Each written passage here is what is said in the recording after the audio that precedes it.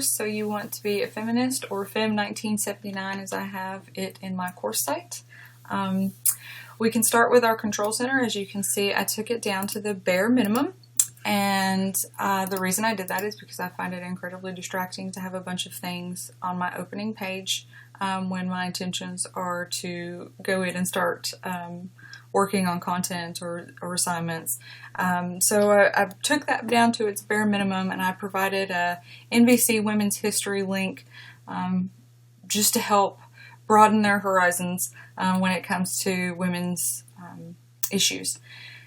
If you scroll over to the Welcome Center, you can see the letter that I have put forth that introduces myself, my email, my fake phone number, so that students know how to contact me, the purpose of this class, how I will respond back, all of that useful information you need.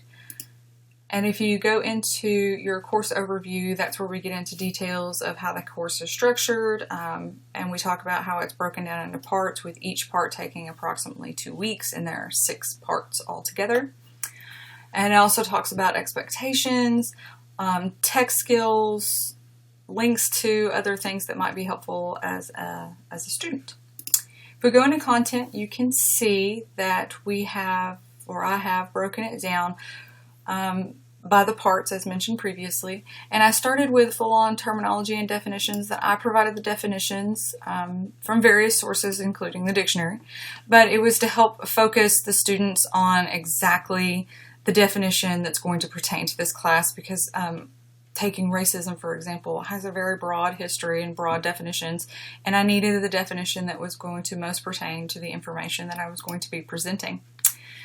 So if you move into part 1, you'll have the learning objectives, which is to discuss ideas of feminism using correct terminology.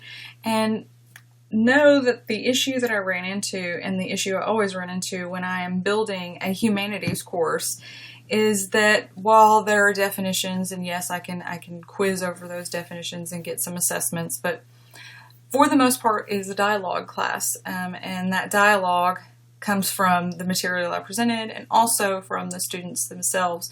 Because the humanities includes humans, it becomes very difficult to just quiz on definitions and if this is this, then it equals C. If this plus this, it becomes a little more muddled. And so I had to build in a lot of assignments where they're discussing with one another, where they're discussing with me, where they're discussing through writing, and that'd be journals. They're going to be starting a social media site that's going to be focused on just feminist issues. And so it gets a little more complicated when you're looking to assess if the students were able to absorb the material that you presented.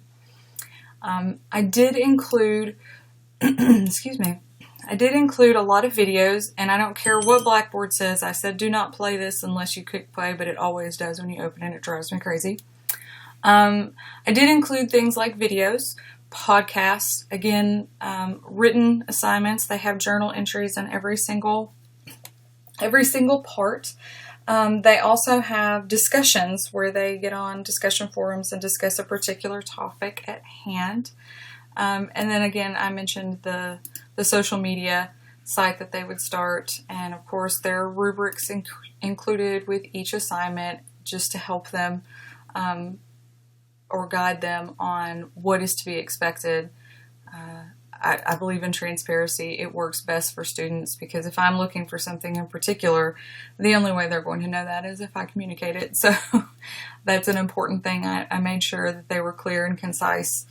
They do have a group project, and it pops up in several places because it's done in several parts. As you can see again in part 3, we have journal entries. The group assignment, part A, is coming together, where we discuss grassroots movements and how to start them. Each section also has the vocabulary that pertains to that particular section. Again, because a lot of the assessments are based on using correct terminology and discussion, I have to make sure they have that basic understanding of what those words mean and how we apply them. So again, each part has one of those vocabularies and objectives built into the course. You'll notice that I did not use a lot of extra tools. Again, I get overwhelmed when I see a lot of stuff on there.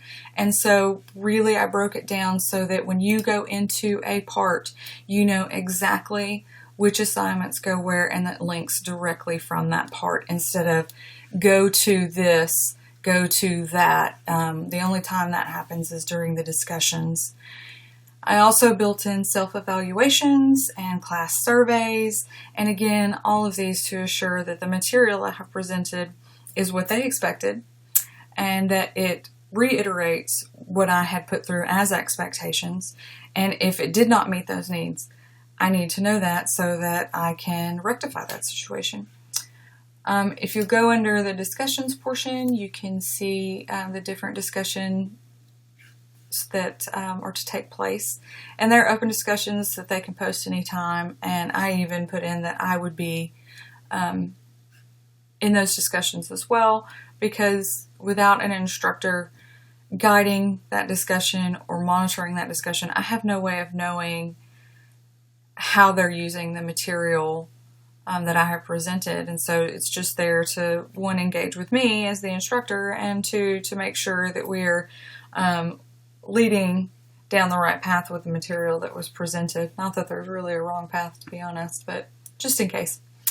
They do have some group work, but as I stated, I did not want to use the tools to the sides. I wanted to make sure that it was in that part folder. It's literally, you open part 2 and you had 2 weeks from the start date until the end date to do all of the things that are in that part. And again, it's to simplify the process. As a Blackboard user, this would be much appreciated. So of course I know that I can go in and set those parts to open and close on certain days, and of course I would do that if this were a functioning class, just again to ease the students into each part, and they know that on this day that part closes and we move on to the next part. And it's really because everything is constructed to build upon everything else, where we start simply, as simple as feminism can be and the humanities can be, where we start with part 1 and we're talking about what a feminist is and some of the feminist issues that are in pop culture today. We end with them evaluating what type of movement, grassroots movement, for one of those feminist issues that we have been looking at all semester long, one that means something to them, and how to build that grassroots movement into becoming something that could influence people, and it can influence policy and law, and that's how grassroots movements work. So of course I did throw in a few extra things like this journal entry number 5, where they go back to something that they created at the beginning of this semester that they have poked into throughout the course, so that they can revisit some of the things that they had thought were worldviews prior to the course starting, and then now that the course is over, have those changed. It's really more of another self-evaluation tool to look to see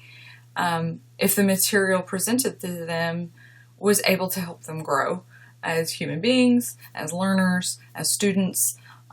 It's just one of those things I try and throw into a lot of the courses I build, especially since I tend to focus so much on the humanities, so that they can see that you may believe one thing, but trust me, it can always change. And that's one of the beauties of being humans, is we can change our minds at any time. So that is my course. I hope in the future I can build more courses like this, since I am an anthropology student. That was what I got my bachelor's in, and I think is lacking in the mobile learning world, and also the e-learning world, is that we tend to focus on math, science, history, and we leave out some of the things that could really expand our thinking and us as students and learners. So if you have any questions, feel free to contact me at my fake 555 phone number. Thank you.